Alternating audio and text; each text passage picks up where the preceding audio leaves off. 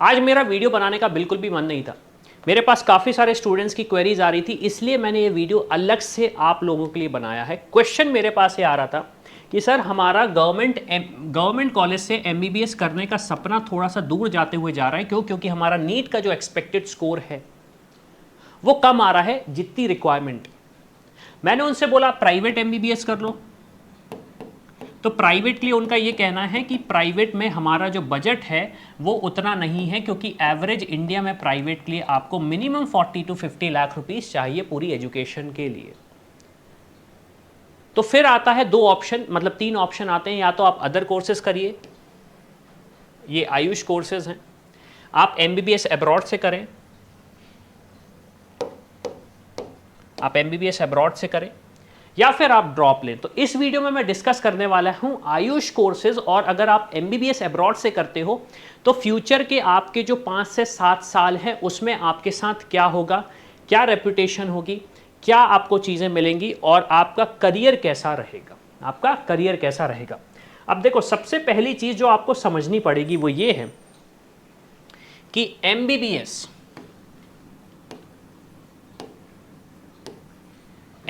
की brand value अलग ही है। एमबीबीएस की ब्रांड वैल्यू अलग ही है। अलग ही है का मतलब क्या है? जब आप किसी से बोलते हैं कि आपने एमबीबीएस किया है, आप एक डॉक्टर हैं, एमबीबीएस डॉक्टर हैं, तो आपकी एक अलग ही इमेज रहती है उस पूरी सोसाइटी में, उस रूम में। ये चीज़ आपको समझनी पड़ेगी। फिर आपके पास जो अदर कोर्सेज आते हैं, अदर कोर्सेज क्या आते हैं आपके पास? बीडीएस हो गया, डेंटल, या फिर आपके पास आयुष कोर्सेज आ गए,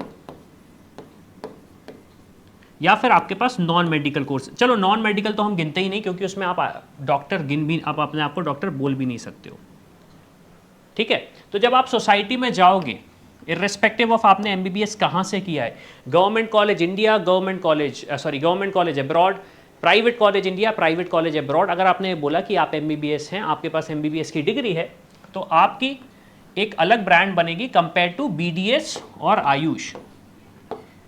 अब मैं ये नहीं बोल रहा हूँ कि अदर कोर्सेज खराब हैं, ये सिर्फ एक सोसाइटी का लुकआउट है जो कि हमें समझना पड़ेगा। सोसाइटी किस तरीके से उस चीज़ को देखती है, ये चीज़ हमें समझनी पड़ेगी।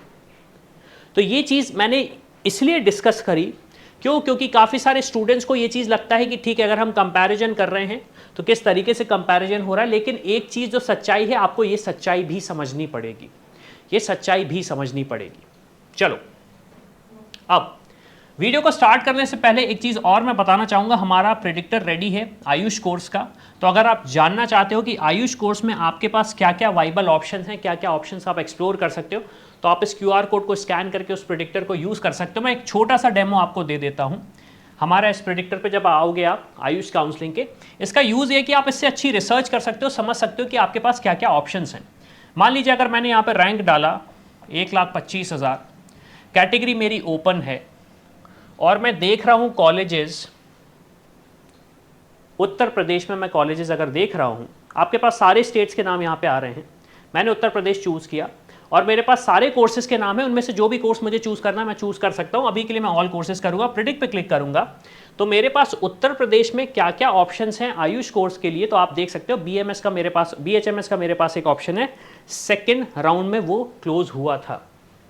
लेकिन अगर आप जानना चाहते हो सारे स्टेट्स का, तो आप सारे स्टेट्स का ऑल स्टेट्स चूज कर लीजिए, प्रिडिक्ट पे क्लिक कीजिए, तो आपको स्टेट बाय स्टेट दिख जाएगा। गुजरात, कर्नाटका, वेस्ट बंगाल, आंध्र प्रदेश, उड़ीसा, महाराष्ट्र, केरला, मध्य प्रदेश, तेलंगाना, तमिलनाडु। तो आप इससे समझ सकते हो कि आपके पास क्या क्या ऑप्शंस हैं, किस कोर्स को आपको परस्यू करना है, किस राउंड पे वो क्लोज हुआ था। तो इस टूल से आप एक अच्छी रिसर्च कर सकते हो, क्योंकि जब आयुष काउंसलिंग स्टार्ट होगी तो आपके पास बहुत ज़्यादा आइडिया नहीं होगा। तो उससे बचने के लिए आपके पास ये एक टूल है जो कि ऑप्शन है, जिसको आप यूज़ कर सकते हो। अगेन मैं बताना चाहूँगा, ये टूल पेड है, ये टूल पेड है। अभी इसकी प्राइस 499 है, अभी इसकी प्राइस 499 है, और आप इसको through out the counselling use कर सकते हो विदाउट एनी एक्स्ट्रा कॉस्ट।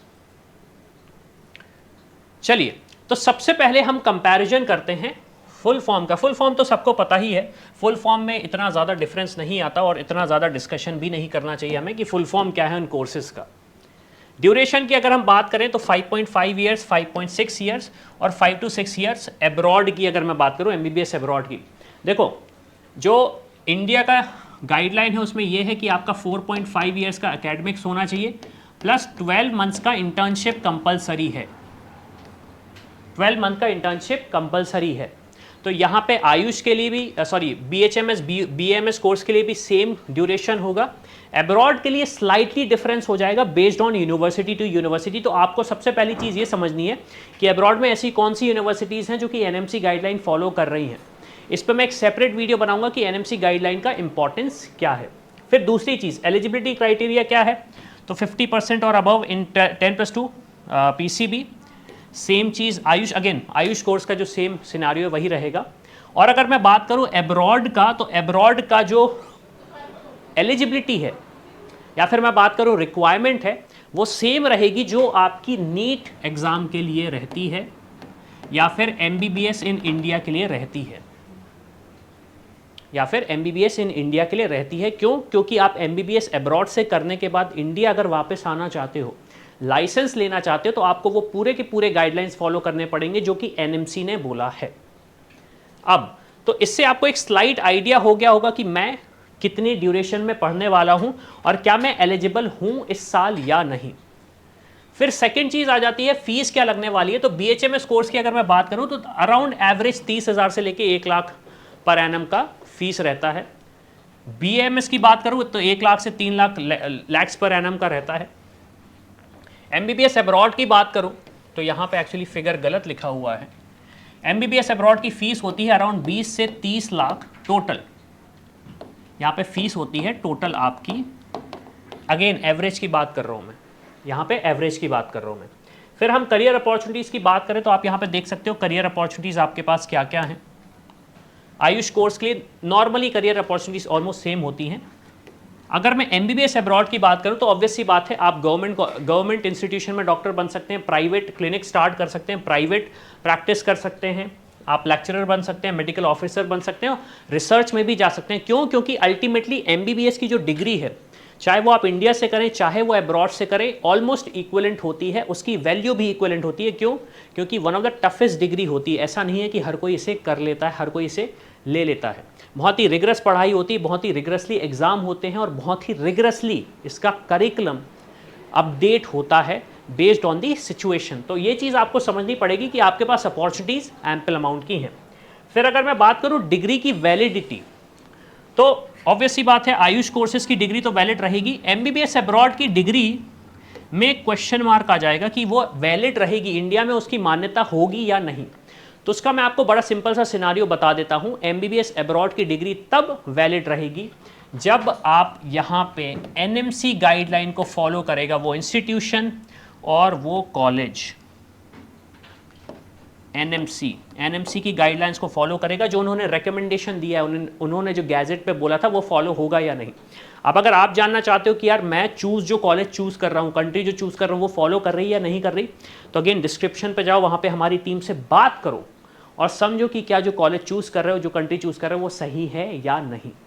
फिर उसके बाद क्वेश्चन आता है प्रैक्टिस क्या मैं इंडिया में कर सकता हूँ या नहीं। तो ऑब्वियस सी बात है आप आयुष कोर्सेज के लिए तो प्रैक्टिस कर सकते हो।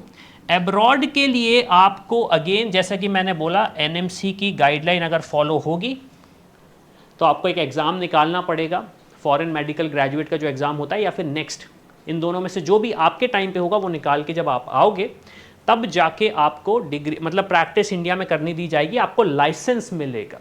तो इसलिए हम बोलते हैं MBBS एब्रॉड जाने से पहले समझो सही ऑप्शन क्या है, क्योंकि काफ़ी सारे स्टूडेंट सिर्फ यूट्यूब पर वीडियो देख के एक डिसीजन बना लेते हैं। ऐसा नहीं होता, बहुत सारी चीज़ें इन्वॉल्व होती हैं, बहुत सारे फ्रॉड्स होते हैं, बहुत सारी पार्शियलिटीज़ होती हैं स्टूडेंट्स के साथ, और ये सारी की सारी चीज़ें इंटरनेट पे इसलिए विजिबल नहीं होती हैं क्योंकि छुपाई जाती हैं। तो अगर आप सच जानना चाहते हो, सही चीज़ जानना चाहते हो, आपके लिए क्या सही ऑप्शन है, तो अगेन रीच आउट करो। हमसे रीच आउट नहीं करना चाहते, किसी और को करो, लेकिन समझो सच क्या है वहाँ का। फिर अगर मैं बात करूँ काउंसलिंग की, तो देखो BHMS कोर्स के लिए और BAMS कोर्स के लिए आपको आयुष की काउंसलिंग करनी पड़ेगी। MBBS एब्रॉड की अगर मैं बात करूं तो MBBS एब्रॉड के लिए एज सच कोई काउंसलिंग नहीं होती। कुछ कंट्रीज में एंट्रेंस एग्जाम होता है, कुछ कंट्रीज नीट का स्कोर कार्ड एक्सेप्ट करती हैं, ओके, कुछ कंट्रीज नीट का स्कोर कार्ड एक्सेप्ट करती हैं और उसके बेसिस पे आपका एडमिशन हो जाता है। ओके, उसके बेसिस पे आपका एडमिशन हो जाता है। फिर अगर मैं बात करूं, मैंने सारी पढ़ाई कर ली, मेरे पास एक डॉक्टर का टैग आ गया, मेरे साथ क्या होने वाला है। तो आपकी जो एवरेज सैलरी है BHMS कोर्स में वो अराउंड 3 to 9 LPA रहने वाली है, BAMS कोर्स में अराउंड 4 LPA रहने वाली है, और MBBS अगर अब्रॉड से करके आते हो, सारी चीज़ सही होती है, तो एवरेज सैलरी आपकी अराउंड 7 LPA रहने वाली है। फिर फाइनल क्वेश्चन ये आता है कि पार्शियलिटी तो नहीं होती क्या? पार्शियलिटी तो नहीं होती क्या? अब देखो, पार्शियलिटी एक ऐसा सब्जेक्ट है जिसका आंसर यूट्यूब पे तो देना बहुत मुश्किल है, वीडियो के माध्यम से देना तो बहुत मुश्किल है। इसमें बहुत सारे परम्यूटेशन कॉम्बिनेशन रहते हैं, लेकिन अगर क्रक्स पे एक सिंपल आंसर दूं तो पार्शियलिटी एज सच नहीं होती है। MBBS अब्रॉड में भी पार्शियलिटी नहीं होती है। क्यों? क्योंकि जब आप पेशेंट होते हैं तो आप डॉक्टर के पास ये बोल के नहीं जाते मुझे ऐसे डॉक्टर्स बताओ जिन्होंने एम्स दिल्ली से अपनी डिग्री ली है। हमेशा ये बोला जाता है कि मुझे एक अच्छा डॉक्टर से कंसल्ट करना है, और अच्छे डॉक्टर कैसे बनते हैं?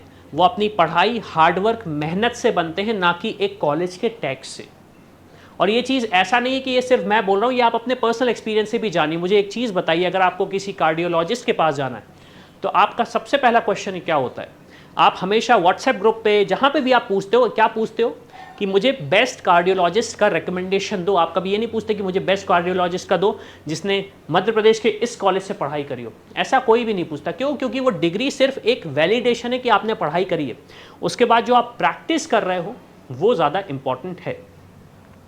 तो देखो, हमने डिस्कस किया सारे के सारे ऑप्शंस, लेकिन अभी भी मैं आपको बता दूं, जो एक ऑप्शन है MBBS, उसकी ब्रांड वैल्यू अलग ही रहती है, वो रिप्लेस नहीं होने वाली, एटलीस्ट फॉर 10 to 20 ईयर्स।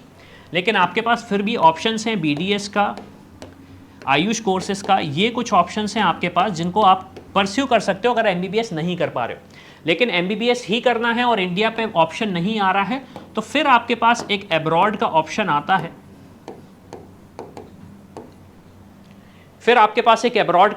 जिसको आप परस्यू कर सकते हो, लेकिन उसमें भी सही ऑप्शन चूज करना बहुत ज़रूरी है, क्योंकि गलत ऑप्शन चूज किया तो सिर्फ और सिर्फ आपका पैसा वेस्ट होगा, टाइम वेस्ट होगा, फिर वापस इंडिया आके आपको कोई दूसरा कोर्स करना पड़ेगा और कोई नॉर्मल सी जॉब करनी पड़ेगी जिसमें आप अपने आप को डॉक्टर तो नहीं बोल पाओगे। तो इन सब चीज़ों से बचने के लिए मेरा रिकमेंडेशन ये रहेगा कि इस QR कोड को आप स्कैन करो। अगर आप बात करना चाहते हो, हमारी टीम से समझो जो ऑप्शन चूज कर रहे हो वो सही है आपके लिए या नहीं। तो इसी के साथ मैं हूं अविनाश, मेरा काम है रास्ता दिखाना, उस पर चलना आपका काम है। I hope you like this video. For more such videos, keep watching our channel and do not forget to like, share and subscribe.